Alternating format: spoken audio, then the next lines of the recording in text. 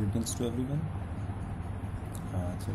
We are continue with our advantages of the negative feedback that we are going to discuss in last video.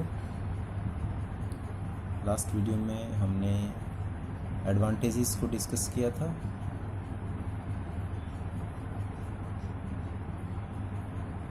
Negative feedback की,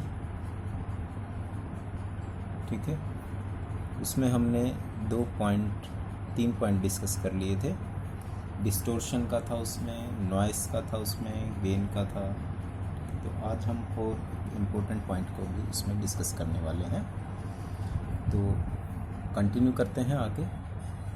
तो next point जो हम negative feedback की जो advantages हैं उनमें से ये 4 पॉइंट है हमारा, ठीक है. लेकिन आज का पहला बैंडविड्थ इंक्रीजेस. बैंडविड्थ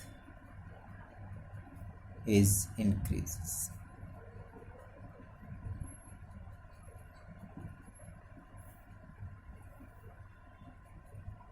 ठीक है, कैसे वो देख लेते हैं. हमें ये पता है कि जब हमने आरसी कपल्ड एम्पलीफायर को डिस्कस किया था तो उसके अंदर हमने एक ग्राफ प्लॉट किया था फ्रीक्वेंसी रिस्पॉन्स कर्व के नाम से. उसमें हमने एक्स एक्सिस पर फ्रीक्वेंसी को लिया था और यहाँ पर हमने गेन को लिया था, वोल्टेज गेन, ठीक है. और हमारा ग्राफ कुछ इस तरीके की शेप का था, like this. It's the shape of graph. इसमें हम इसकी मैक्सिमम, ये जो मैक्सिमम वैल्यू थी गेन की, उसका 0.70 लेते हैं. तो ये हमारी लोअर कट ऑफ फ्रीक्वेंसी μ1 को नाम दिया था हमने, और ये हमारी हायर कट ऑफ फ्रीक्वेंसी μ2 का नाम दिया था, ठीक है. तो जब हम इस वैल्यू को ले रहे हैं तो आप देख सकते हैं कि हम बैंडविड्थ को इंक्रीज करना चाहते हैं, और ऐसा इसलिए क्योंकि गेन की स्टेबिलिटी इस रीजन में ही सबसे ज़्यादा है. वो बिल्कुल कांस्टेंट है with in the mid frequency range. Mid frequency में, लोअर में डिक्रीज हो रहा है, हायर में भी डिक्रीज हो रहा है, लेकिन मिड फ्रीक्वेंसी में उसकी वैल्यू कांस्टेंट है. तो हम ये चाहते हैं कि गेन कांस्टेंट रहे, और गेन जब कांस्टेंट रहेगा जब मिड फ्रीक्वेंसी की वैल्यू और ज़्यादा हमें मिल जाए, यहाँ तक मिल जाए, यहाँ तक मिल जाए. या यूँ कहें कि ये जो हमारी रेंज है जिसको हमने बैंडविड्थ का नाम दिया है, ये बैंडविड्थ जो है वो इंक्रीज हो जाए दोनों ही तरफ. लोअर की तरफ भी इंक्रीज हो जाए और हायर की तरफ भी इंक्रीज हो जाए. तो ये गेन जो हमें स्टेबल मिल रहा था, जो हम चाहते थे, वो और ज़्यादा बढ़ जाएगा. और ये कैसे बढ़ सकता है? With the help of this negative feedback. तो अभी जो हम डिस्कस करने वाले हैं that is increase in the bandwidth, ठीक है. तो नेगेटिव फीडबैक इस बैंडविड्थ को कैसे इंक्रीज करता है, we will see in this topic. I think that will be clear what we are going to do here. कि इस वैल्यू को जो यहाँ तक है इसको हमने हायर और लोअर दोनों ही में बढ़ा देना है, ताकि लोअर कम हो जाए, हायर भी कम हो जाए, और मिड फ्रीक्वेंसी स्टेबिलिटी बढ़ जाए.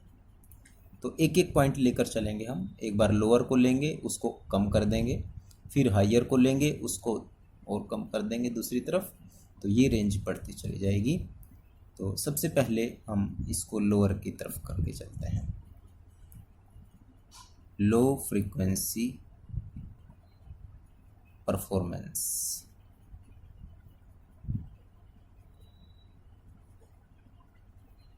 Of amplifier with negative feedback.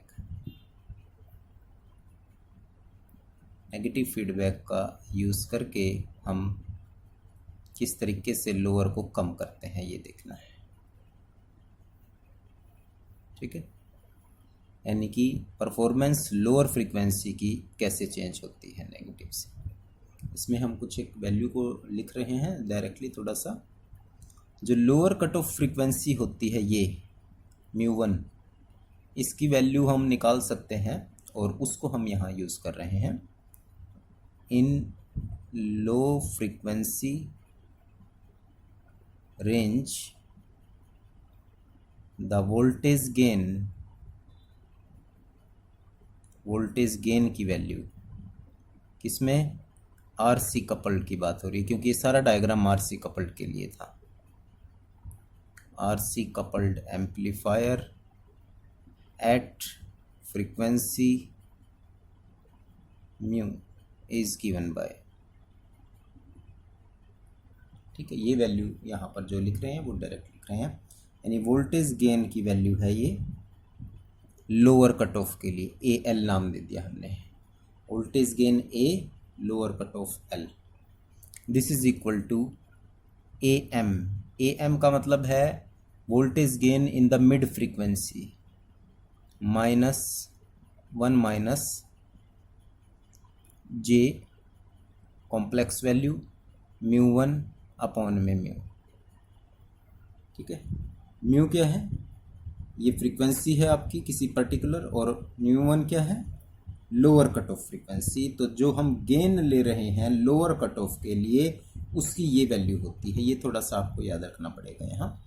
A L mid frequency 1 minus J μ1 upon mu, equation number 1। ठीक है, ज़्यादा मुश्किल नहीं है, आप याद रख सकते हैं इस चीज़ को। ठीक है, ए एम क्या है, वोल्टेज गेन मिड फ्रीक्वेंसी में, voltage gain in mid frequency,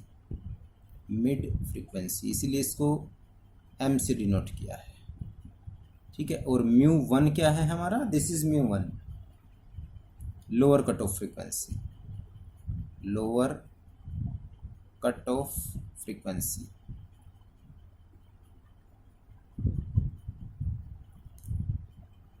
ठीक है, अब इसमें कोई ऐसी वैल्यू नहीं जो आपको ना पता।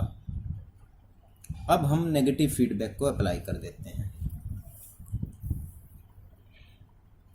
When negative feedback is used, then gain in low and low में ही लिख लेते हैं, in low frequency range is given by। ठीक है, जब नेगेटिव फीडबैक दे दी उसके बाद फ्रीक्वेंसी लो में गेन की वैल्यू ए एल हम लो फ्रीक्वेंसी के लिए लिखते हैं, लेकिन फीडबैक दे दी तो ए एल एफ लिख दिया उसको। This is equal to, generally इसकी वैल्यू क्या होती है, A upon 1 plus A beta, और ए एल के साथ डिनोट कर देते हैं, क्योंकि जब भी हम गेन लिखते हैं, गेन फ्रीक्वेंसी लेने के बाद, तो ये वैल्यू हम लिखते हैं 1 प्लस ए बीटा।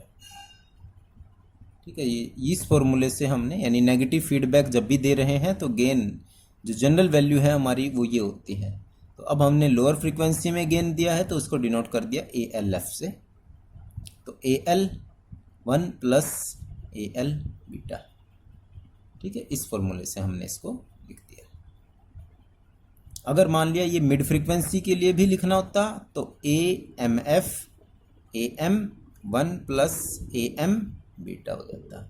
हायर के लिए लिखना होता तो A H F A H 1 plus, यानी ये फॉर्मूला है जो आप जब हमने थ्योरी डिस्कस करी थी तो उसमें आया था। जब भी फीडबैक यूज़ करते हैं तो गेन क्या होता है। ठीक है, तो ए एल एफ की वैल्यू है हमारे पास ये, तो यहाँ ए एल की वैल्यू और यहाँ भी ए एल की वैल्यू, इस वैल्यू यहाँ से पुट कर दो इक्वेशन नंबर 1 से, using equation 1 putting the value of AL, क्या आ जाएगा ये gain ALF, this is equal to AL की वैल्यू हमारे पास क्या है AM 1 माइनस J न्यू1 न्यू, ये ऊपर लिख दी हमने, अपॉन में 1 प्लस बीटा को अलग रखते हैं अभी, AM 1 माइनस J न्यू1 न्यू और इनटू में बीटा। ठीक है, सिर्फ इसकी जगह ये लिख दिया, बीटा एज इट इज आ गया यहाँ पर। तो ये वैल्यू हमारे पास AL की आ गई और हमने इसको यहाँ पर ये पुट कर दिया है। अब जब हमने इसको पुट कर दिया है तो नीचे हम इसका LCM भी ले सकते हैं। ठीक है, और जब हम इसका LCM लेंगे नीचे, तो नीचे वाला LCM इससे कैंसिल आउट हो जाएगा। ठीक है, यहाँ पर आप देख सकते हैं इसको, AM 1 minus J न्यू1 nu as it is divided by LCM ले लिया हमने क्या 1 माइनस J न्यू1 न्यू, ये जब LCM लेंगे तो 1 के साथ ये चला गया, यानी 1 minus J न्यू1 nu plus AM beta, तो ये टर्म इससे कैंसिल आउट हो गई है यहाँ नीचे। ऊपर क्या बचा हमारे पास AM 1 minus J न्यू1 nu plus में AM बीटा। ठीक है, 1 के साथ इसको रख देते हैं, इसको माइनस में ही रख लेते हैं, AM 1 plus AM beta minus J न्यू1 nu. ठीक है, इन दोनों को एक साथ रख लिया हमने 1 के साथ। अब क्या करते हैं, इस वैल्यू से डिवाइड और मल्टीप्लाई कर देते हैं ऊपर नीचे। जब हम ऐसा करेंगे तो ऊपर क्या आ जाएगा, AM 1 plus AM beta divided by, इसके नीचे करेंगे तो 1 minus J as it is. ठीक है, अपॉन में न्यू एज इट इज न्यू1, और यहाँ पर क्या आ जाएगा 1 प्लस AM बीटा। ठीक है, इस वैल्यू से हमने डिवाइड और मल्टीप्लाई कर दिया। जब इसको यहाँ डिवाइड करेंगे तो 1, इसके नीचे लिखेंगे तो ये, और यहाँ पर ये वैल्यू आ जाएगी। ठीक है, और ये क्या चीज़ है आपका, एक तरीके से ये मिड फ्रीक्वेंसी का गेन है फीडबैक के साथ। जैसे हमने ये लिखा था ना, लोअर फ्रीक्वेंसी का फीडबैक विद लोअर फ्रीक्वेंसी का gain with feedback. So we can write this value as ALF, this is equal to AMF हो गया ये ऊपर वाली टर्म। ठीक है, और नीचे क्या आ गया 1 माइनस J। ठीक है, और इस टर्म को, कौन सी टर्म को, इस टर्म को हमने नाम दे दिया μ1F। ठीक है, और अपॉन में म्यू एज इट इज है, यानी दो चीज़ें हमने लिखी। इसको तो AMF को क्या लिखा है, मिड फ्रीक्वेंसी का गेन विद फीडबैक, और μ1F किसको लिखा है हमने, इस टर्म को लिखा है μ1 1 प्लस AM बीटा। कुछ कुछ मिलते जुलती वैल्यू है ये, अगर AM है तो AM 1 plus AM 1F 1 μ1 plus, तो इस टर्म को हमने यहाँ पर ये लिख दिया है। ठीक है, अब इसी टर्म को लेना है हमने, सिर्फ इसी टर्म को देखना है। μ1F क्या हो गया, एक तरीके से lower cut off frequency with feedback. ठीक है, μ1F जो है आपका यहाँ पर है, this is equal to μ1 1 plus AM beta, और ये क्या है lower cut off frequency with feedback. अब ये फीडबैक के साथ आ गई, क्योंकि यहाँ पर क्या आ गया, एफ आ गया है। और 1 प्लस ए एम बीटा हमें पता है कि इसकी वैल्यू नेगेटिव फीडबैक के लिए ग्रेटर देन 1 होती है, ठीक है। और जब नेगेटिव फीडबैक की वैल्यू इसके लिए ग्रेटर देन 1 होती है तो इसका मतलब ये हो गया कि ये जो μ1 f है, सो μ1 f, जब ये μ1 f है तो इससे ये कम होता चला गया μ1 से, क्योंकि जब ये बढ़ेगा तो ये वैल्यू क्या होगी, कम होगी। तो इसका मतलब ये ज़्यादा हो जाएगा, ये कम होता जाएगा। और ये क्या था, फ्रीक्वेंसी विदाउट फीडबैक, और ये क्या है, फ्रीक्वेंसी विद फीडबैक। और जब हमने नेगेटिव फीडबैक करी तो ये वैल्यू पहले से भी क्या हो गई, कम होती चली गई। और यही हम चाहते थे कि फ्रीक्वेंसी लोअर में और ज़्यादा कम हो जाए, ताकि ये लाइन जो है और इधर सरक जाए, ठीक है। तो लोअर के लिए हमने इस वैल्यू को फाइंड आउट कर दिया कि ये वैल्यू और ज़्यादा लो होनी चाहिए, ताकि रेंज ज़्यादा बढ़े इसकी तरफ। और यहाँ पर हमने मैथमेटिकली वी हैव प्रूव्ड कि जब हम नेगेटिव फीडबैक लेते हैं तो μ1 f और ज़्यादा कम हो जाता है, किससे, विदाउट फीडबैक से। Hence lower cut off frequency is decreases with negative feedback, with negative feedback। तो ये हमारी वैल्यू प्रूफ हो गई नेगेटिव फीडबैक के लिए कि लोअर में और ज़्यादा लो हो गई, कम हो गई। अब हायर के लिए इसकी बात करते हैं, ठीक है। यानी ये पूरा आर्टिकल इसी नंबर 4 के लिए है, ये सब कुछ। तो ए में हमने लोअर कट ऑफ किया है, अब बी में हम उसको हायर के लिए फाइंड आउट करना चाह रहे हैं। तो higher cut off frequency, higher cut off frequency with negative feedback. और ये और ज़्यादा बढ़नी चाहिए ताकि राइट साइड में वैल्यू बढ़ती चली जाए। जैसे उसमें एक स्टार्टिंग की थी, बिल्कुल उसी तरीके से। In high frequency range the voltage gain of RC coupled amplifier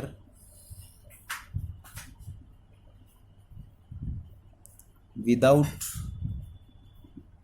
feedback, without any feedback, बिना किसी फीडबैक, क्या वैल्यू होगी इसकी, AH, that can be written as same उसी तरीके से AM 1 माइनस J, यहाँ μ2 और डिवाइडेड बाय μ आ जाएगा, ठीक है। AM वही चीज़ है, मिड फ्रीक्वेंसी, और μ2 का क्या है आपका, हायर कट ऑफ है। AM मिड फ्रीक्वेंसी गेन,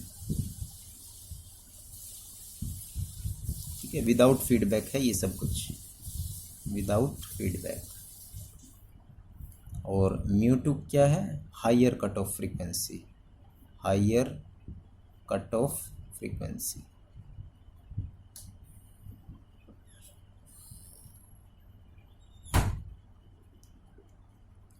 अब फीडबैक के साथ when negative feedback is used, the voltage gain becomes in higher frequency range is given by, उसी तरीके से AHF हो गया ये, क्या होता है ये AH और 1 प्लस A बीटा। फीडबैक जब देते हैं तो यही टर्म रहती है हमारी, ठीक है। और हायर के लिए दिया है तो AH के साथ ही हो जाएगी ये टर्म सारी, ठीक है। तो इट मीन्स ये H है, यहाँ पर देख रहे हैं थोड़ा ध्यान से ऊपर की तरफ। तो AH की वैल्यू यहाँ से और यहाँ दोनों जगह पुट कर देते हैं। इक्वेशन 1 फ्रॉम 1 पुटिंग AH, तो AHF becomes AM 1 minus J mu 2 over mu, हाँ एक थोड़ी सी हमने मिस्टेक इसमें चेंज करना पड़ेगा, बस यही चीज़ ध्यान रखने की है इसमें। जब हम लोअर कट ऑफ रख रहे हैं, थोड़ा सा ध्यान दें, जब हम लोअर कट ऑफ रख रहे हैं तो लोअर कट ऑफ की फ्रीक्वेंसी को ऊपर रखना है म्यू 1, ठीक है। लेकिन जब हम हायर कट ऑफ रख रहे हैं तो उस फ्रीक्वेंसी को हमने नीचे रखना है। ये मैंने यहाँ पर चेंज कर दिया है इसको म्यू, यही चीज़ इसमें ध्यान रखनी है आप लोगों ने, ठीक है। तो ये म्यू की जगह यहाँ म्यू 2 यहाँ पर आएगा, यही चीज़ इसको डिफ्रेंशिएट करती है, अदरवाइज़ फिर वही की सिचुएशन आ जाएगी इसमें। तो AH की जगह मैंने रख दिया ये 1 प्लस, दोबारा से AH की जगह रखते हैं AM 1 minus J mu over mu 2 और साथ में बीटा, ठीक है। LCM ले लेते हैं। जब हम LCM लेंगे तो जो डिनोमिनेटर है दोनों का वो ख़त्म हो जाएगा, म्यू ओवर म्यू 2।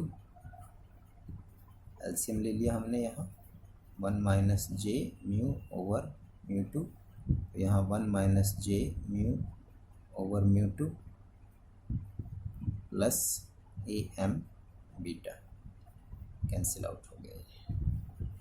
तो AHF क्या आ गया हमारे पास अब, AM upon 1 minus J mu over mu 2 plus AM beta. अब AM बीटा इस 1 के साथ लिख दिया, AM 1 plus AM beta minus J mu over mu 2, ठीक है। अब दोबारा से इससे डिवाइड और मल्टीप्लाई इसी टर्म से, AHF this is equal to ऊपर AM 1 plus AM beta divided by 1 minus J, ठीक है, और न्यू ओवर 1 प्लस AM बीटा, ठीक है। और टर्म क्या रहेगी हमारी न्यू 2, तो ये इसके साथ चलिए यहाँ पर, ये J तो ऊपर है ही, न्यू 2 आ गया है। अब इसको हम क्या लिख सकते हैं, मिड फ्रीक्वेंसी का गेन। इस टर्म को क्या लिख सकते हैं, मिड फ्रीक्वेंसी का gain. So we are writing AHF AMF, ठीक है, 1 माइनस J न्यू। अब ये जो टर्म है, ठीक है, देखो म्यू हमने उसमें भी छोड़ा था, ध्यान से देखना, जो जिसमें हमने ये टर्म डिस्कस करी थी तब, इसमें हमने लोअर कट ऑफ के अंदर म्यू 1 लिया है और 1 प्लस AM लिया है, ठीक है। इसको हमने नहीं लिया जो ये टर्म है, यानी कौन सी, न्यू, खाली न्यू को नहीं लेना है, ये ध्यान रखना है, यहाँ पर इस न्यू को नहीं छेड़ना है हमें। तो यहाँ भी हम इस न्यू को एज इट इज़ रख रहे हैं, तो ये टर्म ही रिप्रेजेंट करेगी किसको, म्यू 2F को, ठीक है। म्यू एज इट इज़ ऑन में म्यू 2F, ठीक है। दोनों चीज़ें लिख देते हैं। AMF हमने कैसे लिखा है, AM 1 प्लस AM बीटा, और इस टर्म को म्यू 2 एफ को हमने लिखा है μ2 1 प्लस AM। डिफरेंस सिर्फ इतना सा है कि उसमें ये अपॉन में था, μ2 अपॉन में पहली टर्म में जब हमने ये डिस्कस किया, देखो यहाँ अपॉन में है, लेकिन यहाँ पर ये मल्टीप्लाई में है, और जब ये मल्टीप्लाई में है तब हमने अब इसको डिस्कस करना है। μ2f क्या है, μ2 1 प्लस AM बीटा, और हमें नेगेटिव फीडबैक के लिए इसकी वैल्यू पता है कि AM beta for negative feedback is greater than 1 होता है। जब ये ग्रेटर देन 1 होगा तो इसका मतलब ये हो गया कि ये ऐसी वैल्यू से मल्टीप्लाई है जो 1 से ज़्यादा है, तो इसका मतलब ये इससे क्या हो जाएगी, ज़्यादा। Therefore μ2f will greater than μ2, यानी कि फीडबैक के साथ फ्रीक्वेंसी की वैल्यू विदाउट फीडबैक से ज़्यादा होती जा रही है, और जब ज़्यादा होती जा रही है तो μ2 ये था, तो अब वो और ज़्यादा हो जाएगी, यानी यहाँ तक पहुँच जाएगी। तो इस रेंज को हमने लोअर में और ज़्यादा कम कर दिया, हायर में और ज़्यादा बढ़ा दिया, तो रेंज ज़्यादा बढ़ गई और इस वजह से बैंडविड्थ वैल्यू इंक्रीज हो जाती है। thus higher cut off frequency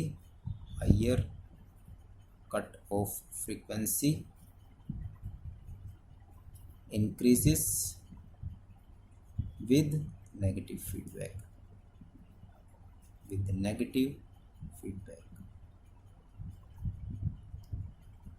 ठीक है। तो दोनों ही केस हमने यहाँ पर डिस्कस कर लिए। अब इसको ड्रॉ कर देते हैं थोड़ा सा आइडिया लेकर के। This is the general value, frequency है, यहाँ लिख देते हैं frequency. This is voltage gain,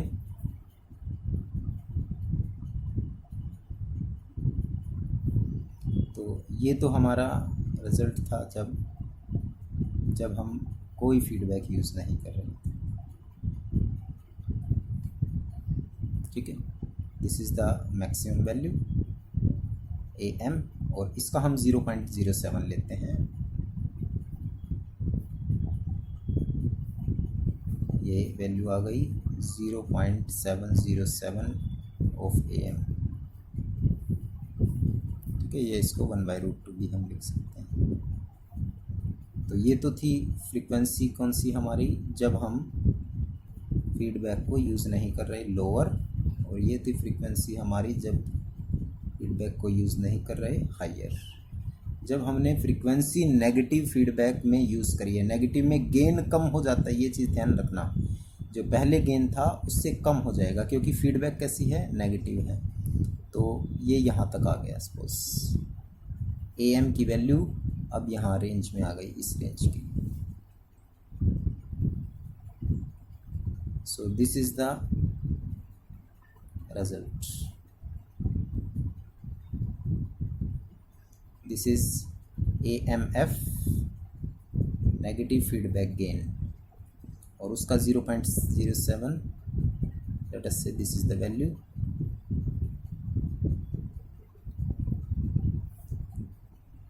ये इसकी लोअर कट ऑफ μ1f जो पहले से और ज़्यादा कम हो गई, और ये इसकी हायर कट ऑफ μ2f जो पहले से और ज़्यादा बढ़ गई, और मिड फ्रीक्वेंसी की जो स्टेबिलिटी हमें चाहिए थी वो पहले के कंपैरिजन में रहता है। This is bandwidth without feedback, और ये बैंडविड्थ है with feedback, bandwidth with negative feedback, ये 0.707 AMF, ठीक है।